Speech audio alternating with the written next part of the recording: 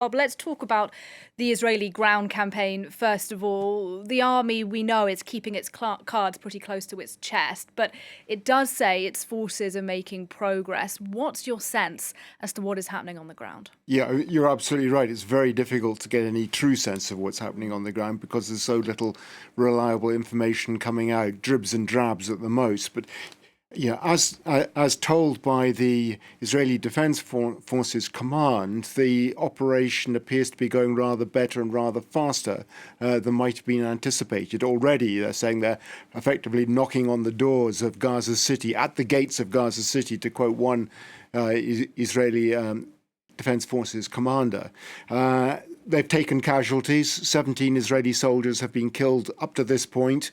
I suspect they would probably have anticipated heavier casualties than that at this point. And they say they're inflicting very heavy casualties on the Hamas fighters that they've been encountering. Typical guerrilla tactics, approaching the Israeli forces using anti-tank weapons, grenades, booby traps.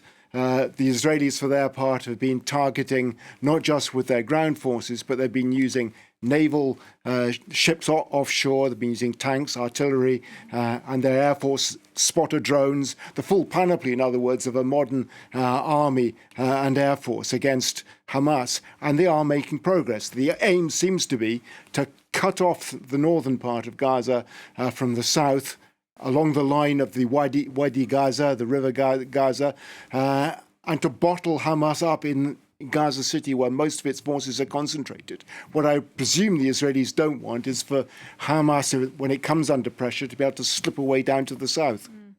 And when we talk about the ground war, Rob, I think one of the big questions is, assuming, and that's anyway a big question, Israel is able to significantly diminish the capabilities of Hamas, then what?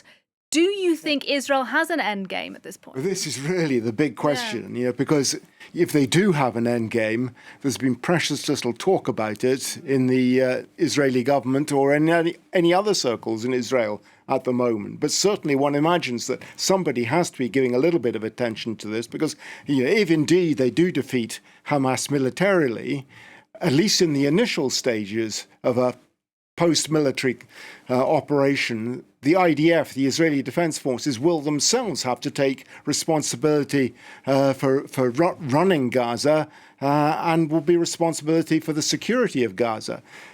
They won't want to stay there for very long, at least most of them won't, although there are parts of the current Israeli establishment, the government, which would be very happy to reoccupy Gaza. On the far right, on the religious right of Israeli politics, there are certainly many who would be very happy with if that were to happen. But the vast majority of Israeli society, I think, is opposed to that, and the international community is also opposed to that. And that's something that obviously the Israeli government has to think about very hard at the moment, given the fact that Israel is even more dependent on the United States than it has been for a very, very long time. So, the options appear to be, how do you, for instance, re-engage the Palestinian Authority in Gaza? Would the Palestinian Authority even want to be re-engaged in Gaza? Would they be happy about going into Gaza on the backs of Israeli weapons? These are all big questions that nobody seems to be looking at. Another possibility is bringing in outside Arab forces, for instance, from the UAE, which has had close ties with Hamas, but also from Morocco, both countries with professional armies. Could they provide a peacekeeping force?